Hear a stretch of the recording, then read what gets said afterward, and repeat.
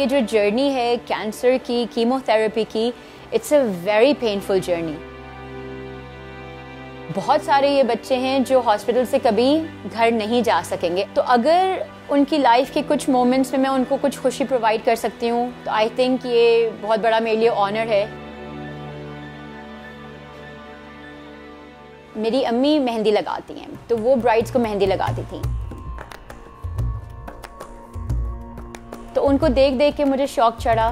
बस फिर मैं प्रैक्टिस करती रही, उनको देख देख के उनके साथ ब्राइड्स को मेहंदी लगाने जाती थी।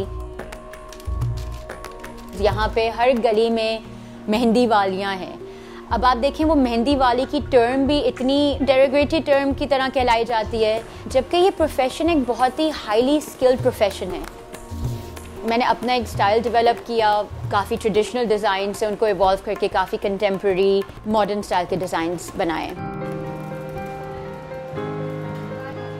ये कॉन्सेप्ट शुरू हुआ था टोरंटो में, एक हैना हील्स की फाउंडेशन थी। उन्होंने मुझे अप्रोच किया था। वो क्या कर रहे थे कि जिन औरतों ने, बच्चों ने अपने बाल लूज कर लिए थे कीमोथेरेपी की वजह से, उनके सर पे वो जो है मेहंदी लगाते हैं, और वो इतने खूबसूरत तरीके से उनको लगाते हैं कि उनको लगता है कि उन्होंने ताज पहना हुआ है, और वो मेहंदी का ताज पहना हुआ है।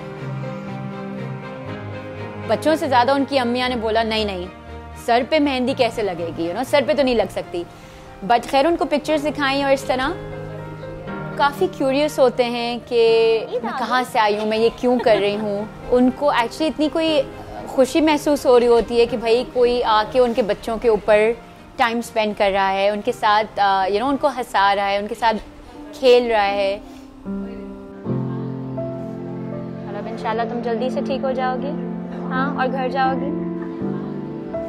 इन बच्चों के लिए ये एक हीलिंग का प्रोसेस है कि ठीक है उनकी ये बीमारी है, उनका डॉक्टर्स तो जो हील कर रहे हैं वो कर रहे हैं, राइट, बट कोई बाहर का इंसान आके उनको मेहंदी लगा रहा है, उनके लिए ये खुद ही एक बहुत बड़ा एक गिफ्ट समझ लें आप।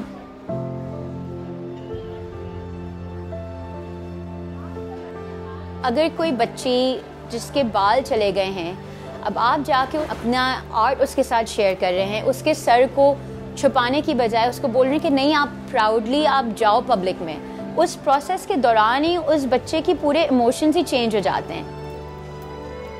1 2 3 जोर से हाउस आप क्या बनाओगे, ठीक है।